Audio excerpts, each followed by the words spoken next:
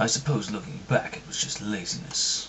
There were so many more fun things to do than clean up. After several cases of scabies and a typhoid fever epidemic, I was ordered to clean up my apartment. They found my brother in there, buried under a mountain of used wet wipes and empty burger boxes. Yeah, I did a few things that could be classed as silly, I suppose. I remember once I had a job as careers advisor, and I recommended Mr. Tickle become a rape counsellor. But it weren't a right good idea. Some of them women do not like to be touched. People come up to me and they say, "Rush, how do you do it? You know, you're always rushing around. How do you keep up the energy levels?" Want to know what I tell them? Crack. I like to smoke a whole load of crack.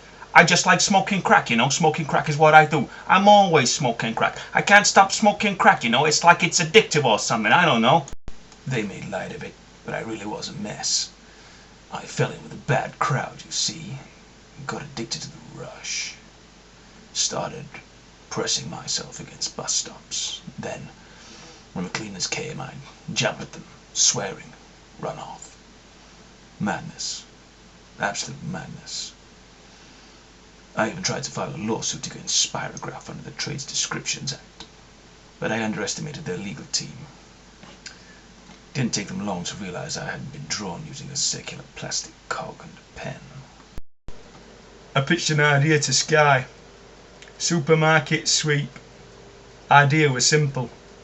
It was one of them fly-on-the-wall documentary type things, where Matthew Corbett manages a busy supermarket but can only communicate with staff and customers using his puppet creation Sweep.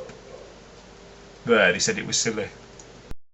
So the other day, my mum comes round for dinner. I said to her, "Do you mind if I smoke crack while we eat?" She says, "You shouldn't smoke crack, son." I said, "Ma, I respect what you're saying, but I smoke crack. It's what I do. I just love smoking crack. You should try some, Ma. Come on, try smoking some crack." Yes, my loud, sonorous voice does get me into a lot of trouble sometimes. I have been warned by the police several times now about noise levels, after various complaints from the neighbours. But if you ask me, they're all just prudes. What's wrong with the quite natural sound of full-blown sexual intercourse?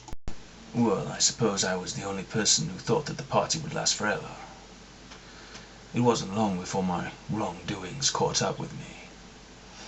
Funny story, the woman who was describing me to the police artist was so vague, he eventually just scribbled out what he'd done and stormed off. And it was only then that she made a positive identification. Of all the rotten luck. I get asked to do a lot of charity work. But you know, most of the time I'm too busy smoking crack.